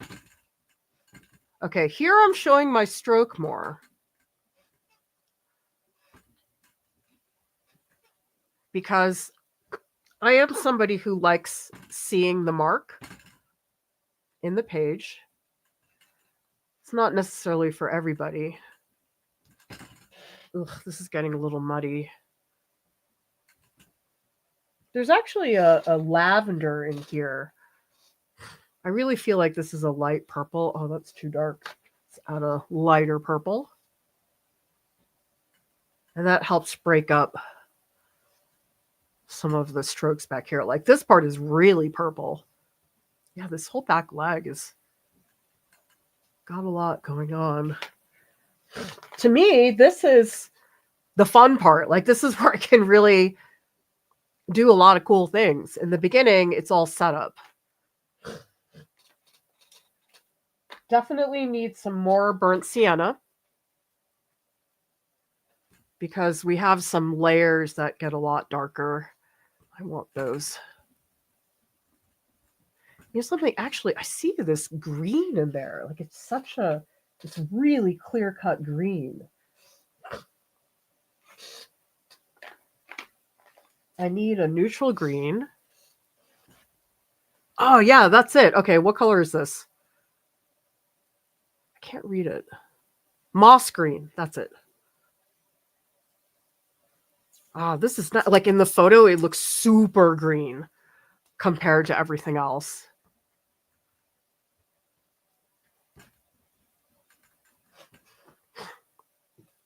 And same thing, gonna move this green around so it doesn't get stuck.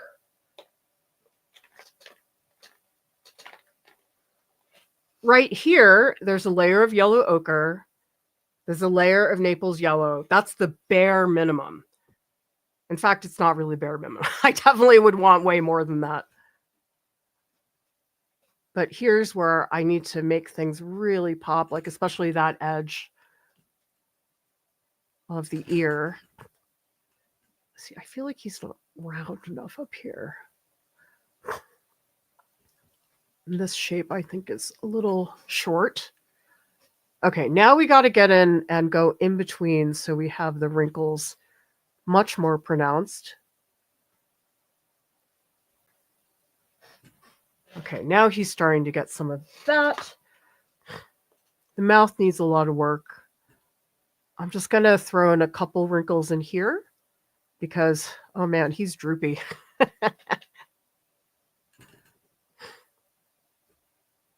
I so want to add those teeth right now because they're super cute, but I have to really resist that temptation because I know they'll just get ruined if I add them in right now.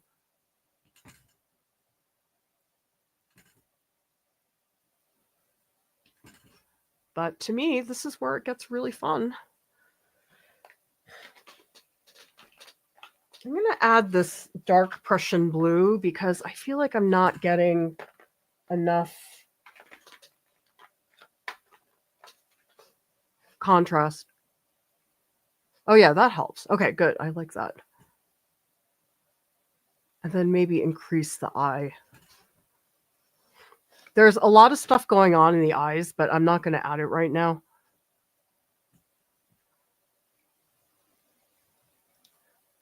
More articulation of the wrinkles. And it is getting a little messy. But again, I will go back and clean it up later. Right now, it's all about adding pigment. That is the most important thing, to get that pigment onto the page.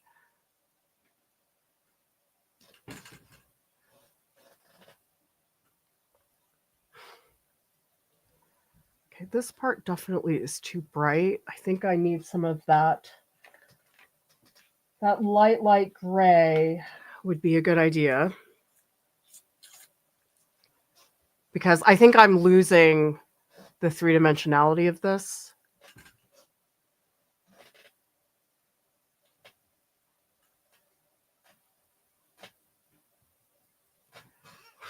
Oh, that's way too light. Shoot. I think I need a neutral green. Yeah, I'm really losing this form. Shadow has to be a lot more pronounced.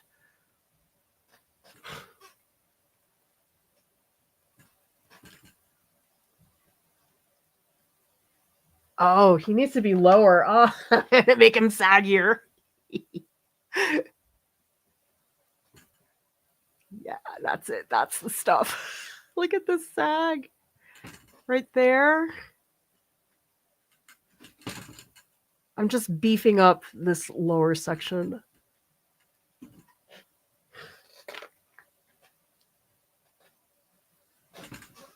Ha! That's good. I like that. Okay, I do think we need some burnt sienna. The burnt sienna I isolated over here. I want to bring it back, especially up here to articulate some of the wrinkles. I think would be good. And the side of the face getting very flat right now.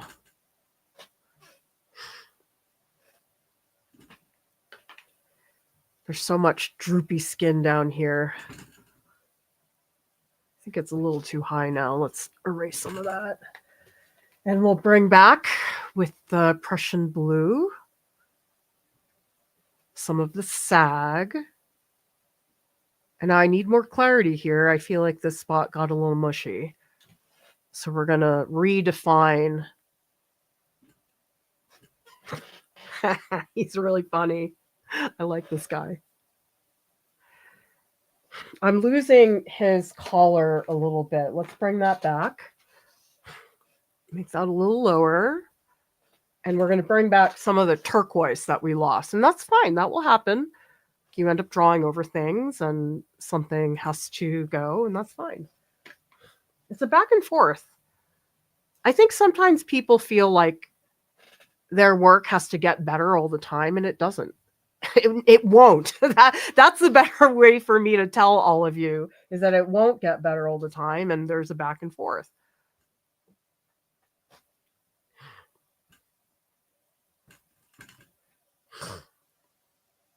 I'm going to blend a little bit in here. I feel like this is really messy. So we're going to take some yellow ochre, put that on top, and then maybe a little bit in here to help articulate some of the nose.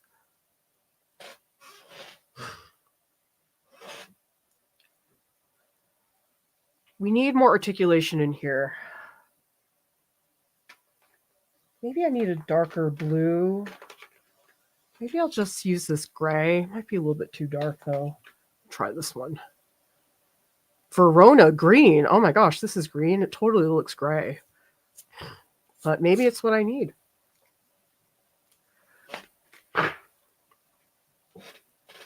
Oh, yes, yes. Okay, that's good. That's a nice color. I do see the minor tint of green, but it does read as quite gray, actually.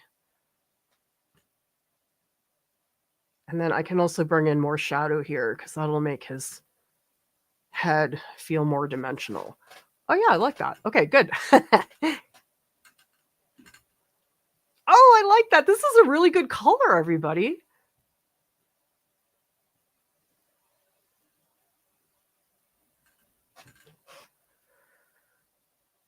I feel like in here I need something. Oh, you know what it is? I'm missing this. Here it's getting quite muddy because I have a lot of colors, but I'm okay with that because some of the burnt sienna will clear this up. So you put down a shape and then you draw around the shape. That's oftentimes a very good way to go about doing things. Okay, we need more bulge down there. I think maybe, again, this yellow ochre, I want him to look nice and soft.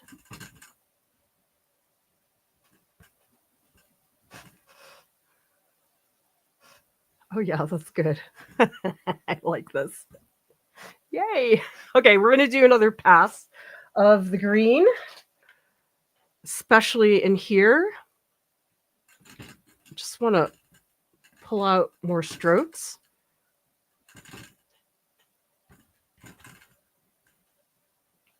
This is more a texture thing right now.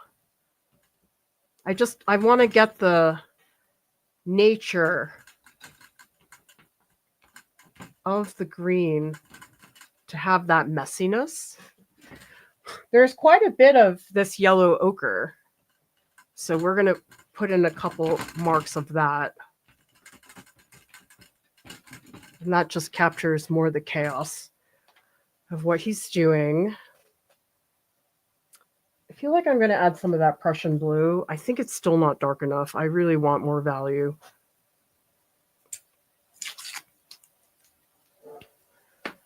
Yeah, maybe some. Oh, good. Oh, yes, I like that. Okay, good.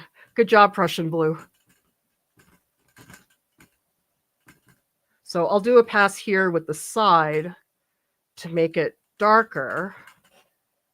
And let's go over some of the purple that was here. That's when I was fixing the leg. I don't want that to stay that way. Okay, and that then gives him a little more presence. And back here too, I need to add some of that.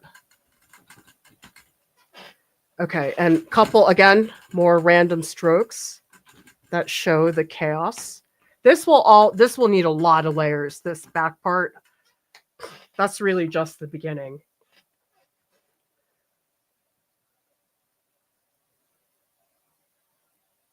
Hang on a sec.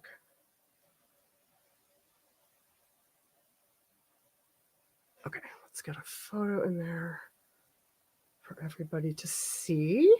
That is, again, going into the Discord. And let me do a bunch of close-ups.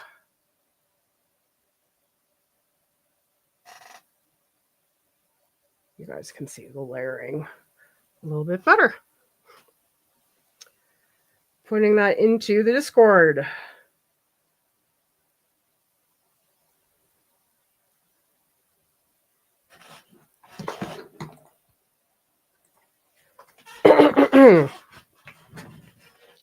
Yes, my fingers are nasty. It's gross. This is the oil pastel. I wouldn't use it in hot sun. Definitely would not work out that way. Let's take a look at the Discord. So this is the final. And here you guys will be able to see the strokes better because I did post these images. You could move around, really see the strokes more clearly. Hope you guys enjoy these details because I like these. I think they're really pretty. Everything looks better when you zoom in. And I do really like this paper, by the way. I think this paper is a little bit pricey. Here's his face. How fun. Okay, let's see what else people are doing in the Discord. Let me just move my mic. Whoops. Don't want it there. Let's put it there. Okay, good. Neil, Guy being invaded by frogs. Love it. That's so much fun. Oh, Selena's tried the left view in shiny paint. Wow, that really glows, Selena's. Beautiful effects. Kari says, thank you for sharing the close-up. Love the bright colors, make the dog pop a lot more. Previous version before the shadow and highlights were added. This has a unique charm. Of course.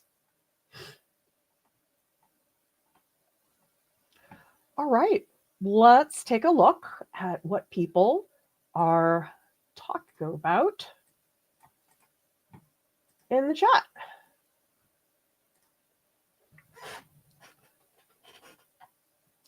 Kat says, is it difficult to take pictures and not get art supplies on your phone?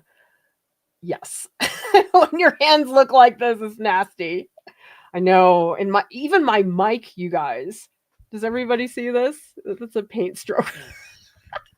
It makes me sad. I want like a pretty mic, but no.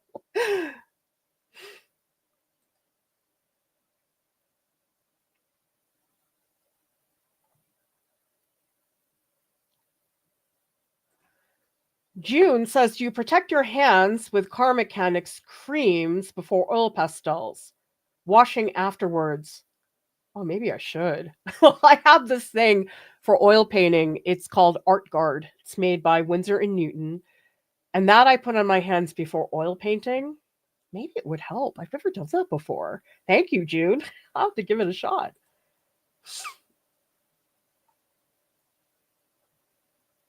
Zerton says, Mungyos are super cheap.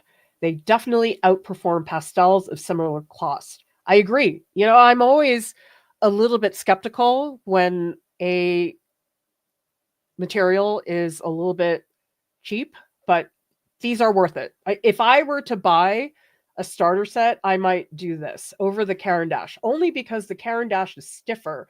So the Caran d'Ache, to get the pigment onto the page, you have to press a lot harder. So especially people for whom the physical pressure might be challenging, Mungyo will be a lot easier for you. Yes, Jordan, worth it. Very happy with these pastels.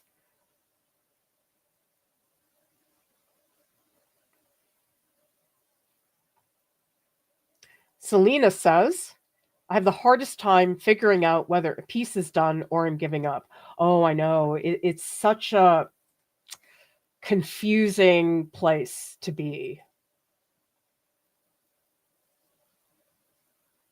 I love all the locks. The locks. Oh my God, I so want one of those right now.